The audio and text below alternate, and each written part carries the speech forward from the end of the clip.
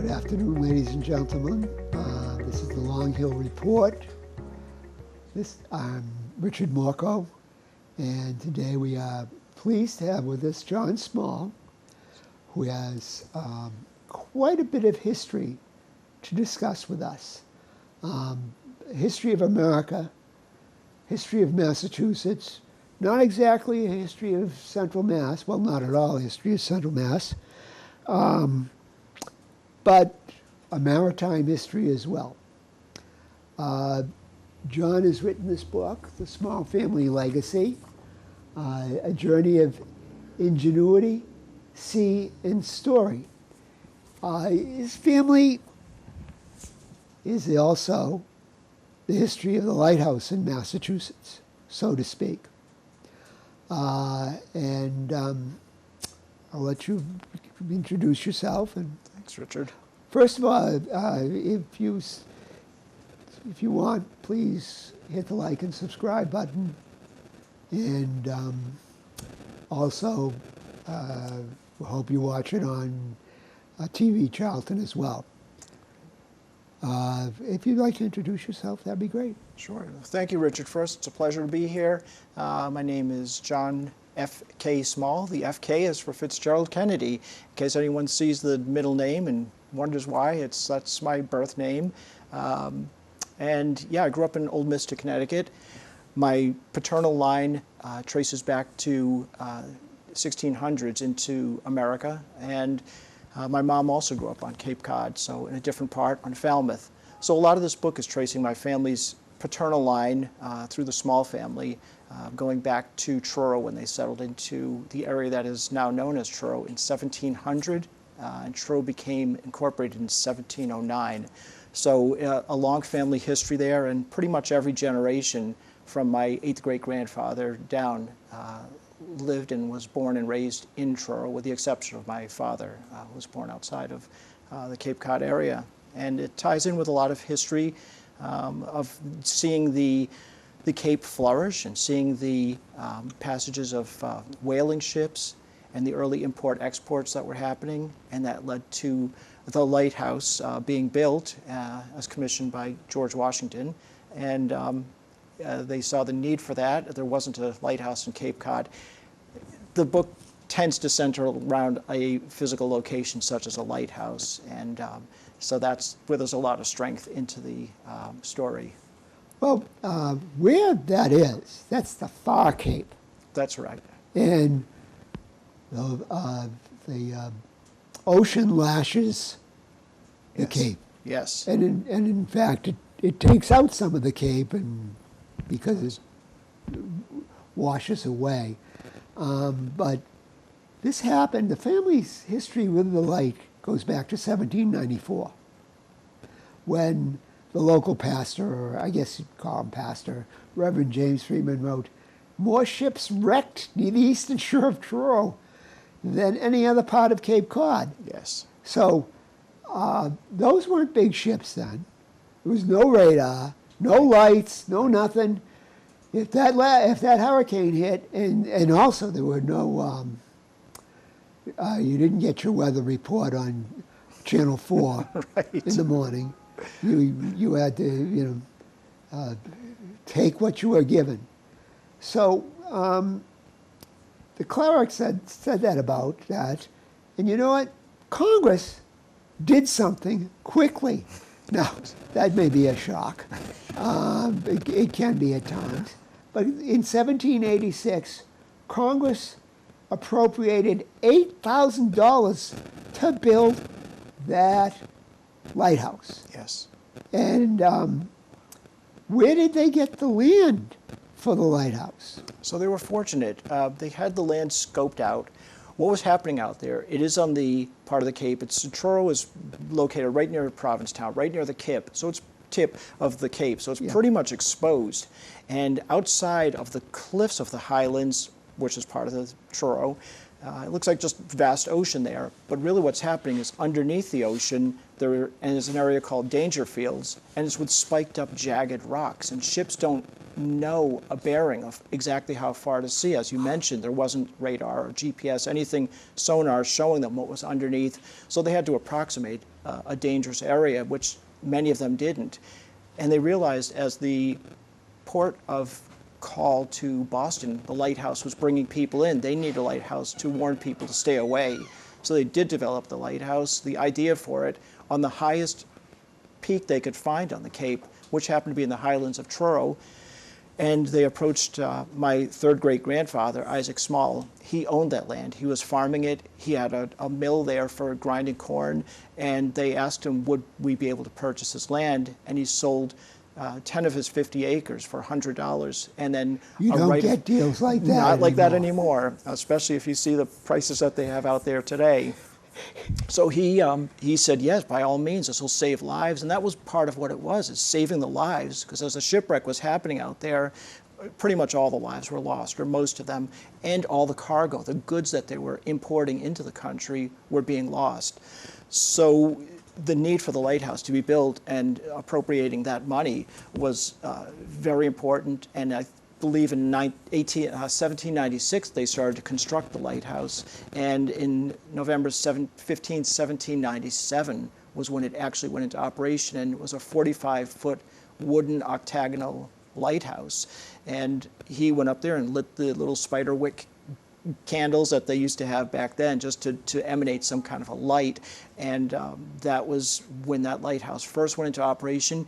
It is the first lighthouse on Cape Cod, and it is still the tallest lighthouse on Cape Cod. At 45 feet. The original one was 45 feet. But it's higher now? It's higher now. It's closer to 60 feet, and it's brick now, and it's constructed the way most of us see lighthouses these days. And it's pure, it's white all the way. Generally, lighthouses have some kind of stripes or markings or color, which help the ships delineate which lighthouse they're at. They generally have a marker. In these days, or after in the 1800s, there was a unique blinking, and they knew which signal indicated what, because sometimes there's many lighthouses on their journeys, and that helped. So yes, once it became a white lighthouse, it stayed, and it would never be changed.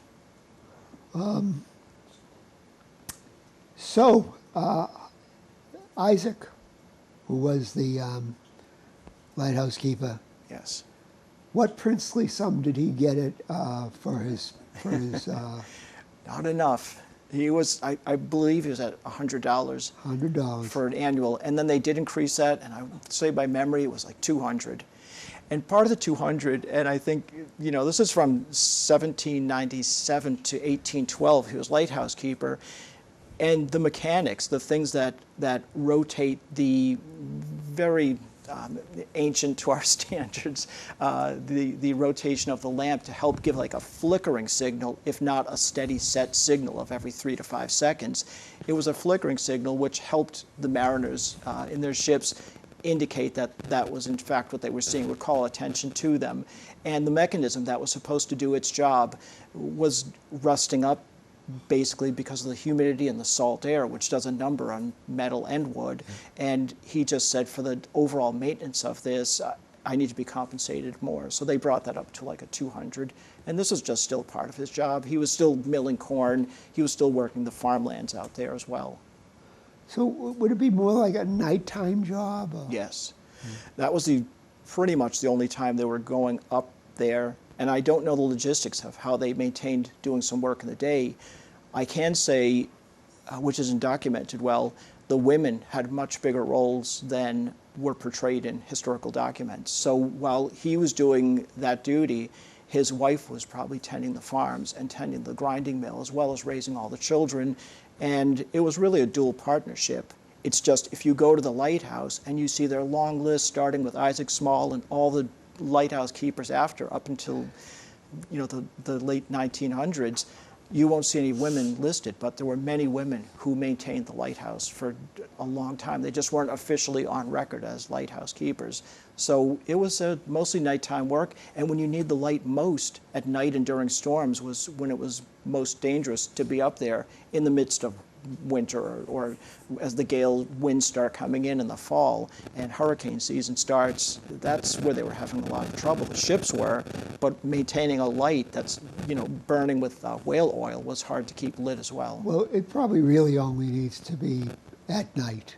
Yeah. And yeah, because the day you can probably see the lighthouse during the day, and there wouldn't be much of a contrast with the That's light right. during the day. So the night time was probably Absolutely. nothing's probably recorded. Might have said to his wife, "Hey, Mrs., it's your night to go up there and turn." Right. I'm not feeling well tonight. And, she would probably go up because that light had to be lit. So whether they did that in the family or maybe they had a neighbor friend who knew the mechanics of it and could take on a duty that night. But those were unofficial roles, so you don't see them listed. And you wonder about behind the scenes. I'm sure there's some great books written exclusively on the lighthouses and how those operated and functioned. But yeah, it was a vital thing to the community and to build, a nation, to build a network and keep that framework around. Many hands doing many things, all of equal importance because it was tough times. Now, the first one was a wooden lighthouse. Yes. When you get your all your postcards of the lighthouses in the country or things like that, they're all brick. Yes. So 1833, Yeah. they gave the small family of whoever was in it at that time, and it was mostly small for quite a while, a brick Yes. lighthouse. A brick and mortar. Yes. Modern times. And a new, more powerful lantern in 1840. They kept advancing them, the technology. Technology, it never stops. Up until the Fresnel light, which was a major one, which I think was developed in France and then imported over here. That was a really powerful light, but none of them were really energy efficient. And it was not until many years later that they finally introduced a light emitting diode, but that was probably in the last 10 years or so. And they save a lot of money on energy for that. And you would think maybe the LEDs aren't as bright. They can actually be seen further out than those large rotating lights that we see in these iconic movies about lighthouses or old films where you see that sweeping light and you think, that just goes so far. The LEDs, for some reason, I'm told, actually penetrate out further and the ships can see them from a further distance. For a Really? fraction of the energy. That's what I'm told. There's a specific, but the folks at the lighthouse have all that, exactly how many miles or so that it can be seen from the distance. On an average day, give or take, fog and mist and other conditions. Brilliant. Excellent. Now, the small family went and came and went and came. 1843 saw the return of the small family. Isaac's son James would be keeper Yes. a lot, except for a hiatus of a few years. But what's famous is who the person who visited him, one of the famous people in American letters. Yes, and that was Henry David Thoreau. He did a trek through Cape Cod, and Henry David Thoreau has a book called Cape Cod, and he talks about going to Truro and staying at the lighthouse and asking to stay in the keeper's quarters so he could observe the light, just to get a feel for that, I think. I don't think he mentions in his book, but on the other side of it, for the small family and maybe in parts of Truro history, it was with James and his wife Jerusha Small that Henry stayed with, he stayed with, and Henry did a lot of observations out there. He noticed the erosion of the land at a faster pace than was assumed. Everyone knew it was eroding to some amount, and you touched on that in the beginning of this. The land was basically being eaten away, and it's not so much that the waves are coming in and hitting the land, which happens often, but if you look over in England, any of those cliffs, many of them have rock formation, actual rock. This isn't rock. It's formed clay from the glacial period, and it's eating away sometimes 2 to 4 feet per year from the edge. So as it was far from the edge of the ocean back then, he foresaw a time in the future that eventually the edge of the cliff would actually meet where the lighthouse is. And if you go there today and you take a walk to the ocean, the lighthouse has been moved since further inland. You'll see where the edge of the shore is now, and where they have a central plate of where the lighthouse originally stood, and it's right on the edge. If it was still there today, it would probably have tipped over, or it would be in the process of losing its grounding. So. Yeah, in the book you do mention how you had to move it back. Is the process of erosion still going on? Yes, always going on in that area. It's a really steep cliff. And what happens actually, it's eating away mostly at is the wind. The wind is constant off the ocean, and it's pretty much hitting the water levels down here, and you've got this rise of the cliff, and the wind is just, when it's hitting that direction, it's constantly coming in, and it chews away at the sand. I've been up there on windy days, and as the wind sweeps in, you can actually feel and sometimes see part of the sand like lifting off into the air. And of course, when you get the big storms, when I certainly wasn't going out to the edge of to the land out there, but you can imagine sometimes chunks of it would actually fall, and people would see like just areas of, they could see, because they walk those beaches every day, they would see where big chunks of it maybe came out. So it's an ongoing thing, and yes, many years from now, at the rate, and I don't know if it'll be 100 years or so, it's probably a calculation you can find, but it will eventually probably reach the edge of that lighthouse where it currently is. Well, that area of the Cape, the outer Cape there, goes up and it's slender. Yes. Did they calculate, we might say, au revoir to that part of the Cape itself completely? It's never changing landscape. In Brewster, there's the Museum of Natural History, and they have a lot of exhibits there that will show parts of the Cape and how they could see it maybe 600 years ago. They'll do projections based on geological studies they've done, and it was always shifting, even to get from Truro throughout the province lands, which they were initially called when Truro and Provincetown weren't really delineated yet. There were areas where water was coming through, but land formation was different. So if you look at really old maps, when they started drawing those out, you could see that the land was a little bit different from how it is now. And they've built, of course, railroads in 1870s, but those pretty much went away from the Cape in around the 1940s rather. And then they made the Route 6, cut through, and you can just drive right up to that. So. Much has changed, and much continues to change, and the land is never stable, especially in those areas. Any kind of maritime, many of us see coastal areas of Connecticut, Massachusetts, Maine, down even to Florida, and things change. But when you've got this, peninsula that's basically sticking out, and because of the canal has been made into like a standalone island of its own almost. The land is odd out there, and it is ever shifting. So there's a lot going on there, but the family had a lot more going on over time. It did. We know about Henry David. Again, it was rebuilt in 1857 to 66 feet with that Fresnel lens. Yes. You want to describe that a little? The Fresnel lens is really thick glass.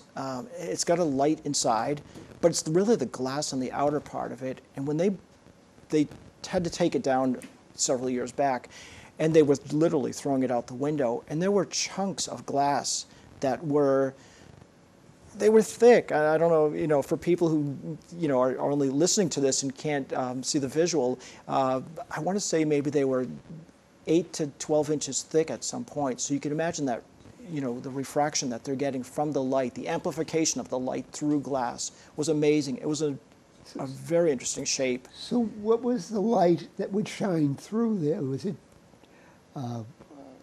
it a lantern that would shine through? It wasn't a lantern. It was during the times of electricity, so it was more of an incandescent, very strong, powerful light. They had electricity?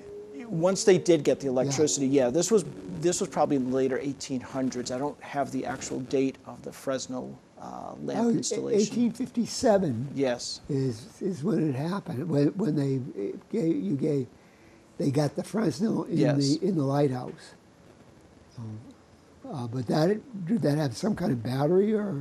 It must have had, they did have some generation out there, and the windmills too were part of it. You know, the smaller ones for the farms. Once that started to come around, but yeah, that was a big improvement, and I don't know exactly what the the projection of the light was, but it was a big improvement from the previous Yeah, ones. the electricity was around then because they had the telegraph. Right. Yeah.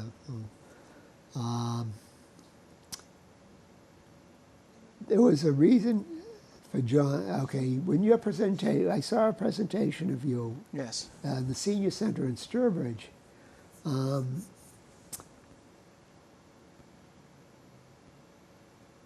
It wasn't an exciting life No. for the lighthouse keeper. One of the relatives of John Small, of the Small family, said, quote, "The lives of the keepers are somewhat monotonous. Close, the routine of their duties is regular and systematic." Close quote. Well, you'd want that, because forever excitement, there's only so much somebody can take. Right. But the Small family would have one more. We have only one more member, I guess, as the keeper.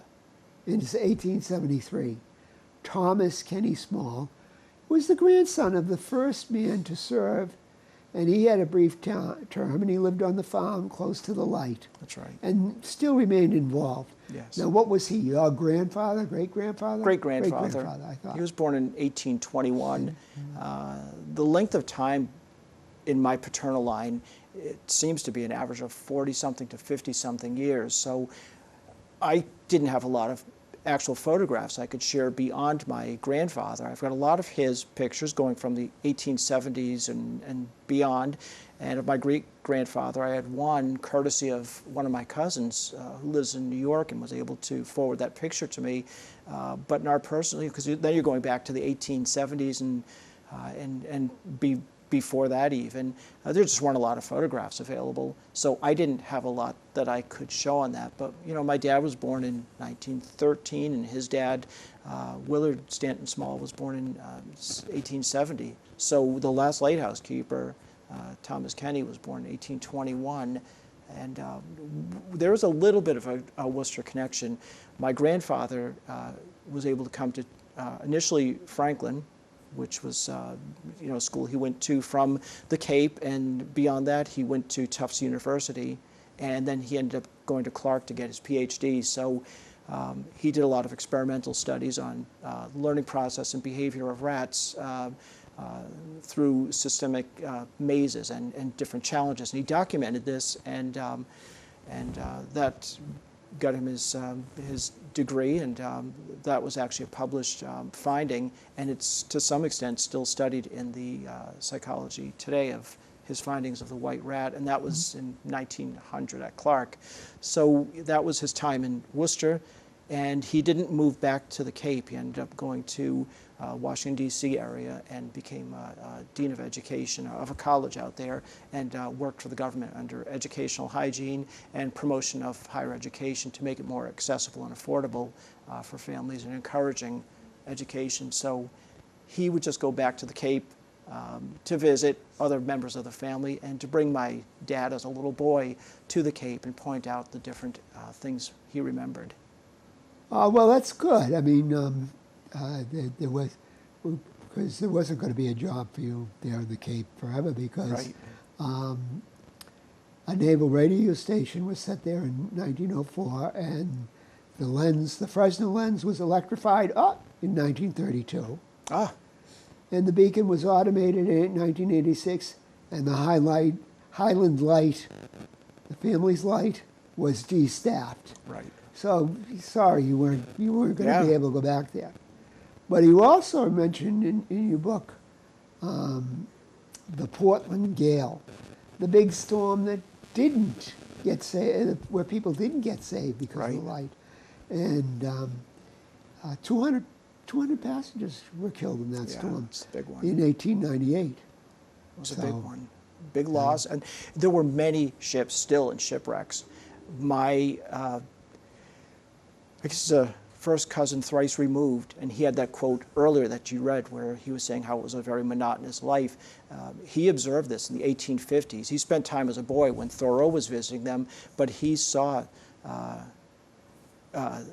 some of the major shipwrecks. He was a little boy and he could hear people screaming for their lives, and people trying to save them, but really no one getting saved. And he experienced this, and he became a marine reporter from, I think, after college up until he passed away in his mid-80s. And he had this long-standing job reporting to Boston all the ships he would see going by, and he had records and documents of this. But yeah, it was most of the jobs out there, most of the commerce that was there, from the farming to the fishermen and the whaling vessels, that all stopped, as many things do. The lighthouse keeping, not that that was a vocation people were chasing after, was pretty limited.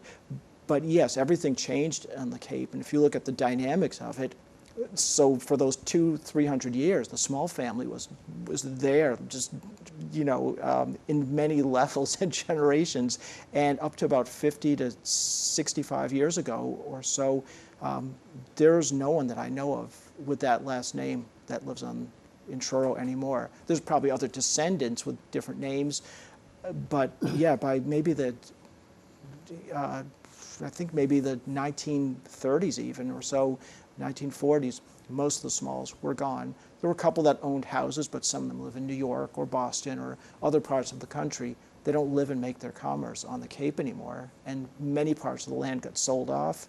So yes, a lot of changes. You did mention that the lighthouse was haunted. Well, Could you be. have no proof of that, but you do mention that one of the keepers, Patrick Punty, thought he heard a ghostly voice in the lighthouse. If I was going to be a ghost, I'd like to be in the lighthouse. I'd stay there for the rest of my life, he said. Well, as a ghost, I mean, there's a philosophical and theological question there. As a ghost, does it have a life? Or as a soul, what does it have? And is it an eternal, or is it limited? Yeah. So Mr. Punty never answered those questions. He didn't. Somebody could get a discourse, a dissertation out of it, but not him. How well can they be seen in the fog anyway? Yeah. And it's funny because I've been posting on social media and speaking about the bike, and Mr. Punty's daughters and granddaughter actually commented about the book and saying, oh, my dad was the last lighthouse keeper. And I said, I actually speak a little about your dad in my presentations. And so we had a little bit of back and forth. So I got to meet them, at least virtually, through social media, through the descendants of Mr. Punty. And Virtually, if not spiritually. if not spiritually, yeah, they're not ghostly, at least at this point. And yeah, they had some wonderful memories as children and young adults, maybe growing up and being part of that lighthouse. As we mentioned before, the end was 1896 or 1996. Yeah. The light itself had to be moved 450 feet in, Yeah. and just so it didn't become a ghost. Right, because it could have, and it took a lot of funding and grassroots to preserve that, and then government assistance as well. But really, the people of Truro and those trying to keep that part of history alive really had to be proponents to not let it, just falter into the ocean. So a lot of people cared, and a lot of people put time into it, and the undertaking to move that back was huge. And there's a video on it, probably available through other channels as well. But I actually purchased it through the Highland Lighthouse. They've got a gift shop there, and one of the ones, it's like a 1-hour video. It talks every detail and shows a lot of video about the move of the lighthouse, what it took to prepare for it, what it actually entailed to move it back that far, how many days. And it took over, I want to say it took like 2 weeks to move that lighthouse from one location to the other. And everything from lifting up the foundation to putting on beds to roll it back very slowly, because you've still got that height of the lighthouse. So for them to pull it back to where they did and settle everything back down took a lot of time. It's an interesting book. And where's it available? On Amazon, I assume. It is available on Amazon. The Small Family Legacy, A Journey of Ingenuity, Sea and Story. But John's coming out with some more. Yeah. You might want to say something about your next book, Thomas Lighthouse. A lot of connection. Thomas the Lighthouse Mouse. Yes. A whimsical children's tale of friendship, bravery, and light, set in and around that Highland Lighthouse, where little Thomas and his mouse friends find adventure, meaning, and home. And John, being an artist, there's a lot of wonderful illustrations in that book. You want to say something about it? Sure. So, yes, I mean, what better scene than for a little mouse and his friends to take adventures? And being someone who's always loved stories and storytelling, grew up in the environment of that. My dad was a storyteller, as well as a radio personality and involved in entertainment. And used to read to me. It was basically an orator. He wouldn't just read, he would enact out the characters and their potential voices. So I grew up with stories as a young boy. And this book is my first one, and it probably would seem like, oh, he's going to probably have following books on genealogy and maritime. But really my passion is writing for these adventurous, children's, young adult books, and even into further on later next year, in delving into mystery along the lines of Agatha Christie style. So yeah, putting a lot of fiction together.